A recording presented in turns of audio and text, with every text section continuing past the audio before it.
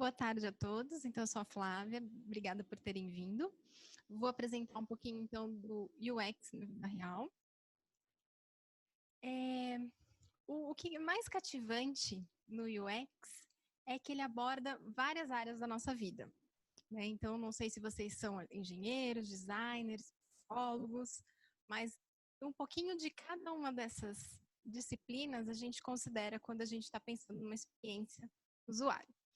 Né? Então, UX é uma perspectiva, é um modo de abordar uma questão, né? E, no fundo, é o pensar na experiência como um todo, né? E sempre tendo em mente no usuário, né? No centro desse desenvolvimento. Então, o termo, ele nasceu na década de 90, né? Com o guru Don Norman, quando na época ele foi para a Apple trabalhar, e ele se intitulou como User Experience Designer na época. Né, e era um termo novo, e ele disse o seguinte: eu inventei o termo porque eu achava que interface homem-máquina e usabilidade eram muito estreitos, né? Eu queria cobrir todos os aspectos da experiência da pessoa, com o sistema, em design industrial, gráficos, interface, interação física e manual.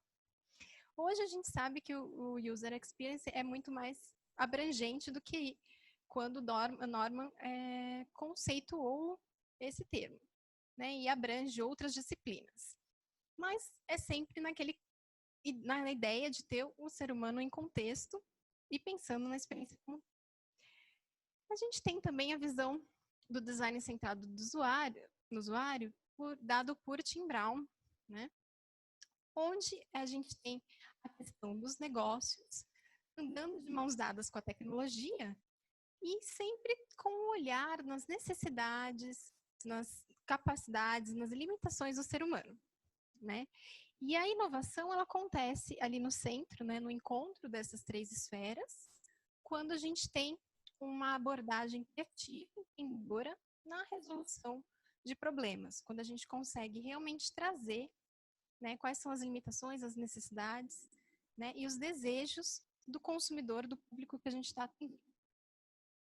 Só que esse modelo, para que a gente consiga dar uma boa experiência para o nosso usuário, para o nosso consumidor, ao longo de toda uma jornada, é importante conhecer o contexto. Qual que é o contexto que a gente está utilizando, né, para avaliar aquele meu produto, aquele meu serviço, aquele meu usuário, na verdade. Então, eu vou dar um exemplo aqui para vocês. Imagina que vocês aqui, eu não sei, me falaram que vocês trabalham com e-commerce aqui. Vocês têm um e-commerce de viagens, né? Vocês vendem viagens, pacotes de viagem. E você tem um cliente, um usuário que está querendo ir para o Rio. Você pode oferecer uma gama de serviços para esse usuário. Mas digamos que esse mesmo usuário, ele queira ir também para Salvador. Ou ele queria ir para a Cidade do Cabo, visitar os pinguins na Border Beach, ou ir até o Cabo da Boa Esperança, por exemplo. Mas esse mesmo usuário, ele pode ir para o Japão também. E aí, como que a gente pode entender um pouco do contexto? Porque esse mesmo usuário, ele pode estar viajando a família, ele pode estar viajando a trabalho, ele pode estar viajando com amigos, com pouco dinheiro, com muito dinheiro, mas ele continua sendo o mesmo usuário, continua sendo a sua mesma empresa de e-commerce, com as mesmas tecnologias aplicadas. E como que a gente trabalha com isso? Então, o contexto muda e a gente tem que trabalhar em cima disso. Então, para falar um pouquinho disso, da importância da gente também considerar o contexto e contextos até mesmo culturais, quando a gente está projetando uma experiência, vou falar um pouquinho para vocês do que eu aprendi sobre o UX na vida real, viajando para o Japão. Então, agora em junho, eu vi no Japão, visitando uma amiga minha que está morando lá em Nagoya, e foi uma experiência muito rica por vários sentidos. Até porque eu já tinha feito pesquisa com o usuário no Japão sem nunca ter pisado lá.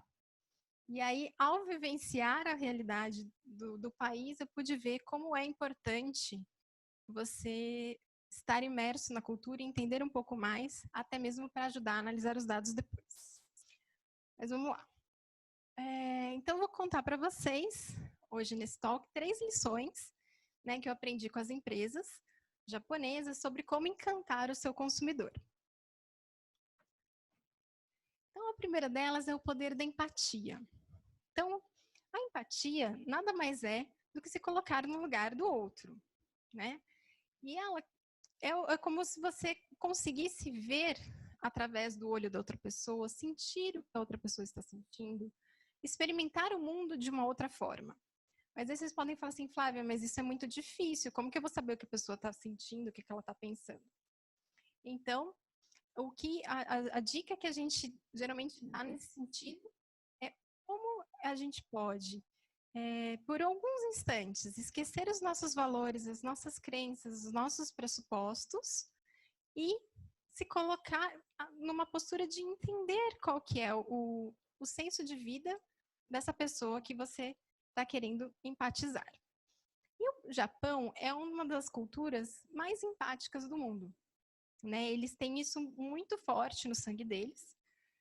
E desde pequenos, eles aplicam esse conceito do omotenashi. Eu não sei se é assim que fala, tá? Mas o omotenashi nada mais é do que uma hospitalidade que eles têm, né? Seja na questão do comércio e hotelaria, mas também é uma filosofia de vida, deles entenderem quem é o outro e eles se adaptarem ou tentarem entender um pouco mais sobre como eles podem agradar ou tratar melhor o próximo. E isso é interessante porque alguns estudiosos falam que talvez isso tenha nascido nessa cultura por conta do Japão ser um país, uma ilha, né, que viveu alguns momentos muito isolado, e acabou, né, tendo que se valer dessas ferramentas de tentar entender um pouco mais do colega do lado para ter uma relação mais harmônica. Outros dizem que é a questão da contemplação da natureza, que os japoneses gostam bastante.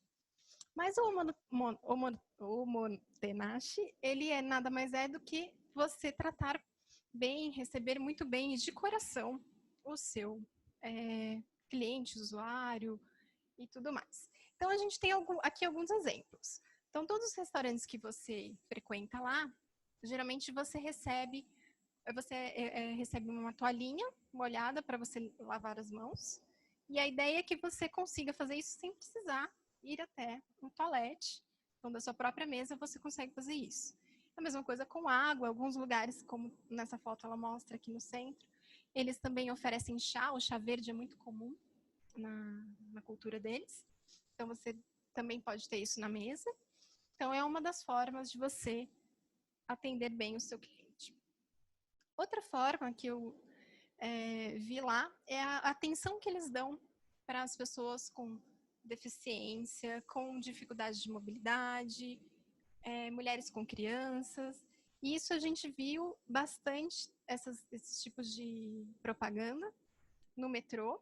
Então, eles estão também se preparando para o Tóquio 2020, Olimpíadas, né? Então, o país inteiro ele está em reforma e eles estão tentando melhorar algumas coisas, mas a gente viu muitos cadeirantes andando pelas ruas, com muita atenção, muitas soluções para eles, como braille, nas latinhas ou nos produtos alimentícios, o próprio semáforo com sinal sonoro para facilitar, né, justamente o acesso das pessoas com deficiência auditiva no transporte. Outra coisa que eu achei muito bacana, né, foi uma das primeiras coisas que eu vi quando eu cheguei no país, foi esse serviço, né, de celular, de um smartphone grátis, oferecido pelo próprio hotel. Né? Então, eu não sei se vocês já tiveram a oportunidade de ir para o Japão, mas é muito interessante você se sentir analfabeto. Né? Você não consegue ver, não consegue entender nada, a grafia é diferente, né? E as pessoas nas ruas, a maioria delas não fala inglês, ou fala muito, muito ruim. Então, a comunicação sem um Google Translator e um Google Maps fica complicada. E ao pensar nessa dificuldade que muitos dos turistas têm ao visitar o país, oferecer um serviço desse é muito interessante. Eu usei quando eu estava em Kyoto, funcionou super bem. Era um telefone mesmo, então se eu quisesse ligar, eu não tentei ligar por motivos óbvios, ninguém ia me entender. Mas a internet foi ótima para conseguir usar para achar restaurante, para me localizar na cidade, foi muito bom. Então, é uma atenção a mais para os hóspedes da cidade. Outra coisa interessante que eu vi lá foi num hotel em Takayama, que é na região dos Alpes japoneses, uma pesquisa do traje dos atendentes do hotel. Então, essa questão do servir é tão forte que até na escolha do uniforme, eles têm o cuidado de fazer um questionamento, né? Assim, ó, o que vocês acham? Qual que é mais interessante? Qual vocês gostariam que tivesse aqui no hotel? E aí estavam lá, muito bacana, eu gostei da proposta. A segunda lição que eu posso trazer aqui hoje sobre o Japão é que a tecnologia ela é muito utilizada como um meio para prover uma experiência maior. Então, o Japão ele é conhecido como um país muito tecnológico, onde sempre tem novidades, muitos robôs, muitas coisas inovadoras, mas nunca desconectadas, nunca sem um objetivo, nunca sem pensar num uso, né, mais profundo daquilo. Então, o que eu pude ver, até porque eu frequentei muitos lugares turísticos, foi o uso, né, de realidade virtual, realidade aumentada, para prover experiências diferentes, tanto em lojas, tanto em museus, tanto em outros espaços públicos, então como uma forma, né, de, ok, todo mundo já visitou aqui essa exposição, mas vamos fazer algo diferente. Numa loja, vamos ver como é que você ficaria nessa roupa que está aqui na vitrine. Então, são outras formas de engajar o usuário. Muito interessantes. O que mais que eu vi? Na loja da Sony, eles estavam anunciando esse cachorrinho, que é o Aibo, que na verdade é um remake de um cachorrinho que fez muito sucesso na Sony na década de 90 e início dos anos 2000, né? Que eu acho que foi uma origem ali das assistentes virtuais, né? Só que esse cachorrinho ele tem algo a mais, ele é muito mais um cachorrinho de companhia do que uma assistente virtual em si. Então ele traz algumas funcionalidades, como o olhozinho dele de OLED, que expressa emoções, então ele consegue ver a expressão do dono e ele reage àquilo, ele faz brincadeiras. E o mais curioso foi observar algumas pessoas nas lojas brincando com os cachorrinhos. Porque os funcionários iam lá e brincavam como se fossem cachorros de verdade. E eles brincavam, jogavam bolinha, coçavam a barriguinha. E, assim, uma interação muito diferente, né, do que a gente está acostumado. Acho que um pouco estranho. Mas, realmente, ela tem um engajamento. Não é só o cachorrinho ali bonitinho, que faz meia dúzia de movimentos e você desencana dele porque enjoou. Ele te estimula a continuar brincando com ele. Que mais? A gente tem aqui outra tecnologia que eu vi bastante em uso lá, que foi essa questão de self-checkout nas lojas. Já tinha visto na Europa, nos Estados Unidos, em mercados, né, que você pega o seu produto, vai passando, mas é a mesma coisa que um atendente normal faria por você, só que você que faz. Aqui a diferença é que você põe todos os produtos naquele armário ali embaixo e a máquina, né, por um sistema de RFID, já computa tudo que tem ali dentro, você já paga e aí quando você termina de pagar, ele abre a portinha e você sai os produtos na mão. Até uma outra bancada onde você coloca na sacolinha. Mas o interessante é porque o Japão ele tem uma preocupação de falta de mão de obra no futuro. Então, eles querem estimular que as pessoas elas consigam fazer alguns trabalhos básicos e os funcionários eles estariam livres para fazer outras atividades mais interessantes até para o próprio consumidor, como é o caso de organizar estoque, trazer novas peças para a loja, ajudar um consumidor que está no provador e precisa de uma outra peça. Então, enriqueceria muito mais o trabalho desse atendente que hoje só fica no caixa. Então, ajudaria tanto os usuários, que vão ter um serviço mais rápido para finalizar a compra, como para os próprios funcionários, que vão ter um trabalho diferenciado. E a terceira lição é a fantástica atenção aos detalhes. Então, eles são uma cultura que preza muito pelos detalhes, seja na cerimônia do chá, seja na apresentação dos próprios pratos, seja em todas as embalagens de produtos. Você tem a embalagem dentro da embalagem, dentro da embalagem. É tudo com muito cuidado para que você tenha a experiência de abrir aquele produto, aquele alimento.